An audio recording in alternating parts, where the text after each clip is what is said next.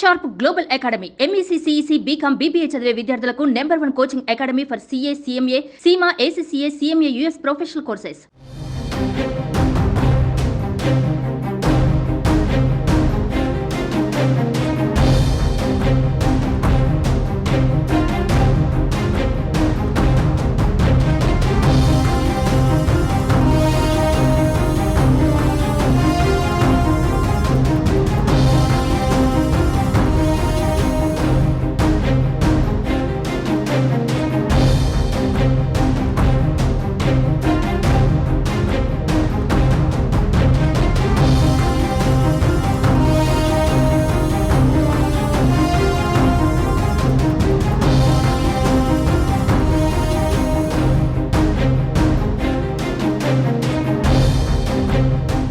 గాజు గ్లాసు గుర్తును స్వతంత్ర అభ్యర్థులకు కేటాయిస్తూ రిటర్నింగ్ అధికారులు తీసుకున్న నిర్ణయంపై జనసేన హైకోర్టును ఆశ్రయించింది.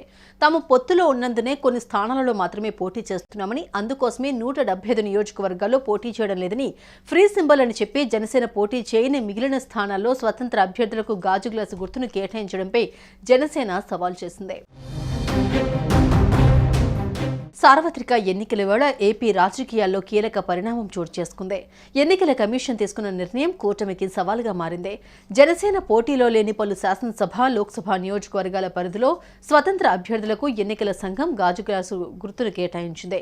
టీడీపీ, బీజేపీతో పాటు పొత్తుల్లో భాగంగా జనసేన 21 శాసనసభ, 2 లోక్సభ స్థానాల్లో పోటీ చేస్తోంది. అయితే ఆ పార్టీ పోటీ చేయని నియోజకవర్గాల్లో అదే గాజు గ్లాసు గుర్తును ఎన్నికల సంఘం ఫ్రీ సింబల్స్ జాబితాలో పెట్టి స్వతంత్ర అభ్యర్థులకు కేటాయించింది. ఈ అంశంపై జనసేన నేతలు తీవ్ర అభ్యంతరం వ్యక్తం చేస్తున్నారు. దీంతో గాజు గ్లాసు గుర్తును స్వతంత్ర అభ్యర్థులకు కేటాయించడాన్ని సవాల్ చేస్తూ జనసేన ఏపీ హైకోర్టులో పిటిషన్ దాఖలు చేసింది.